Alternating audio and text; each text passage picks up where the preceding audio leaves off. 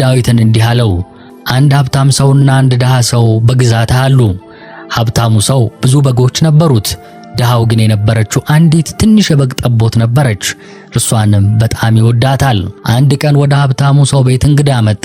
የሀብታም ሰውዬም ከራሱ ብዙ በጎች መካከል ለእንግዳው አንድ በግ ማረድ ሰስቶ ድሃው ሰውዬ የነበረችውን አንዲት ጠቦት ወስዶ ለእንግዳው አረዳት አለው። በዚህ ጊዜ ዳዊት እጅግ ተቆጥቶ የሀብታም ሰው መሞት ይገባዋል አለም። ከዚያም ናታን ዳዊትን የሀብታም ሰው አንተ ነህ፣ ድሃው ደግሞ ኦርዮን ነው አለው።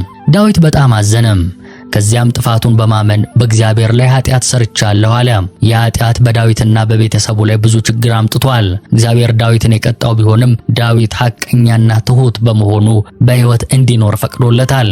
በዳዊት ታሪክ ውስጥ አብራ የምትጠቀሰው ሚስቱ እስከ መሆንም የደረሰችው ሴት አቢጊያ ነበረች። አቢጊያ ጥሩ የማስተዋል ችሎታ ስለነበራት ዳዊት መጥፎ ድርጊት ከመፈጸም እንዲቆጠብ አድርገዋለች። የዳዊትን ታሪክ በምልአት ለመረዳት ይህንን አጋጣሚ መለስ ብሎ መቃኘት ስለሚያስፈልግ እዚህ ጋር እናንሳው። ጊዜው ዳዊት ከሳኦል ሸሽቶ በዋሻ የተደበቀበት የስደት ጊዜ ነበር። በዚህ ጊዜ የዳዊት ወንድሞችና የተቀሩት ቤተሰቦቹ አብረውት ነበሩ። በጠቅላላ 400 ሰዎች ከእርሱ ጋር ተቀላቅለው ዳዊት መሪያቸው ሆነ። ከዚያም ዳዊት ወደ ሞዓብ ንጉሥ ሄደና ወደፊት የሚያጋጥመኝን ሁኔታ እስካውቅ ድረስ እባክህ አባቴና እናቴ አንተ ጋር ይቆዩ አለው። ከዚያ በኋላ ዳዊትና አብረውት የነበሩት ሰዎች ኮረብታዎች ውስጥ ተደበቁ።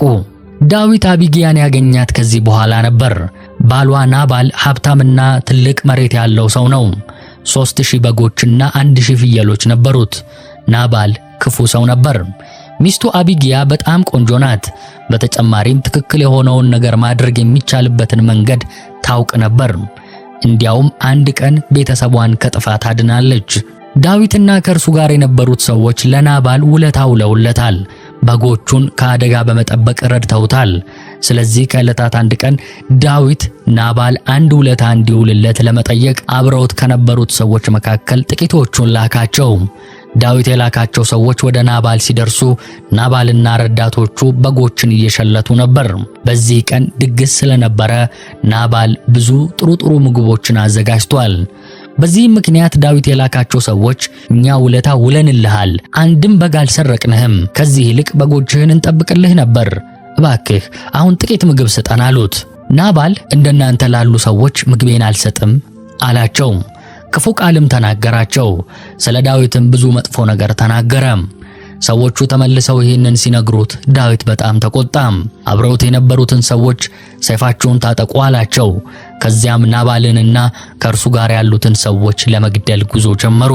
ናባል የተናገረውን ክፉ ቃል የሰማ አንድ ከናባል ጋር የሚኖር ሰው የሆነውን ነገር ሁሉ ለአቢጊያ መጥቶ ነገራት። ወዲያውኑ አቢጊያ ምግብ አዘጋጀች። ምግቡን በአህያ ላይ ጫነችና ጉዞ ጀመረች። ከዳዊት ጋር ስትገናኝ ከአህያዋ ላይ ወረደችና በግንባሯ መሬት ላይ ተደፍታ እባክህ ጌታዬ ባሌን ናባልን ችላ በለው፣ እርሱ ሞኝ ነው፣ ስራውም የሞኝ ስራ ነው። ይህንን ስጦታ አምጥቼልሃለሁ፣ እባክህ ተቀበለኝ፣ ለፈጸምነው በደልም ይቅር በለን አለችው። ዳዊት አንቺ ጥበበኛ ሴት ነሽ፣ በበቀል ስሜት ናባልን ከመግደል እንድቆጠብ አድርገሽኛል። አሁን በሰላም ወደ ቤትሽ ሂጂ አላት። ከጊዜ በኋላ ናባል ሲሞት አቢጊያ የዳዊት ሚስት ሆነች። ይህንን አስደናቂ ታሪክ መጽሐፉ እንደሚከተለው ይተርክልናል። ዳዊትም አቢጊያን አላት፣ ዛሬ እኔን ለመገናኘት አንቺን የሰደደ የእስራኤል አምላክ እግዚአብሔር ይመስገን። ወደ ደም እንዳልሄድ በእጄም በቀል እንዳላደርግ ዛሬ የከለከለኝ አእምሮሽ የተመሰገነ ይሁን፣ አንቺም የተመሰገንሽ ሁኚ። ነገር ግን ክፉ እንዳላደርግብሽ የከለከለኝ የእስራኤል አምላክ ያው እግዚአብሔርን እኔን ለመገናኘት ፈጥነሽ ባልመጣሽ ኖሮ እስኪነጋ ድረስ ለናባል አንድ ወንድ እንኳን ባልቀረውም ነበር። ዳዊትም ያመጣችውን ከእጇ ተቀብሎ በደህና ወደ ቤትሽ ሂጂ፣ እነሆ ቃልሽን ሰማሁ፣ ፊትሽንም አከብራለሁ አላት። አቢጊያም ወደ ናባል መጣች።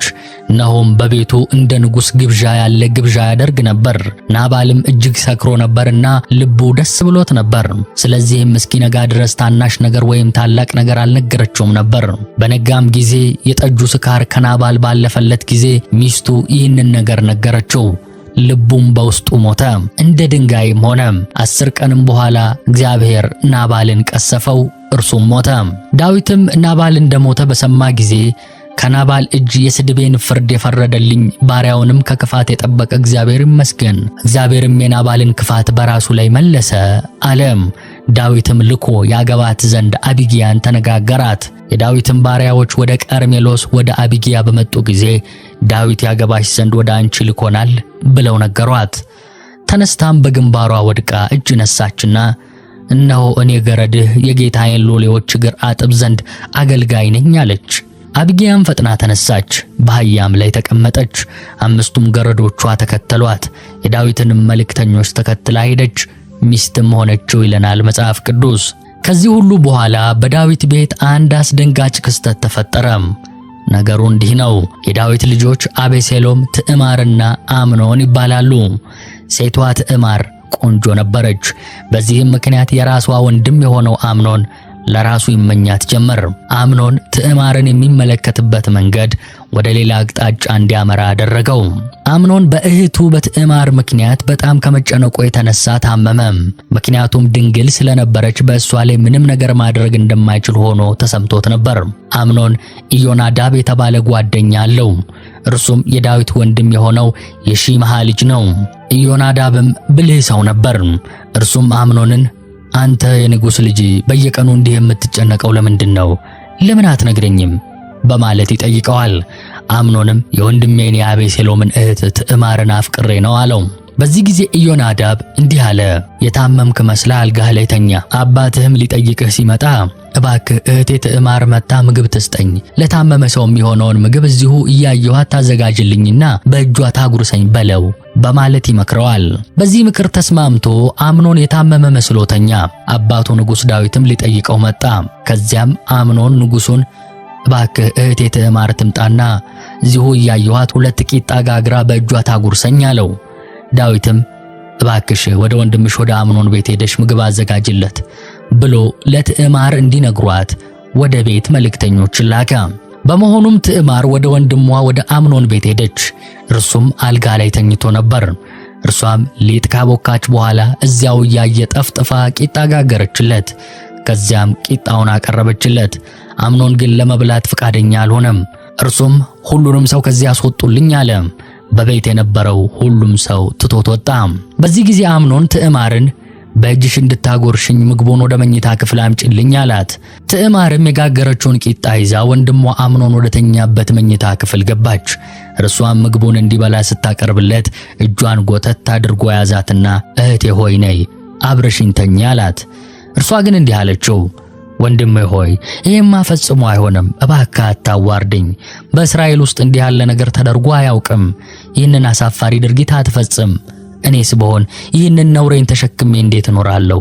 አንተም ብትሆን በእስራኤል ውስጥ ካሉት ወራዳ ሰዎች እንደ አንዱ ትቆጠራለህ። ስለዚህ አሁን እባክህን ንጉሡን አነጋግረው፣ እርሱም ቢሆን እኔን አይከለክልም አለችው። አምኖን ግን ሊሰማት ፈቃደኛ አልሆነም።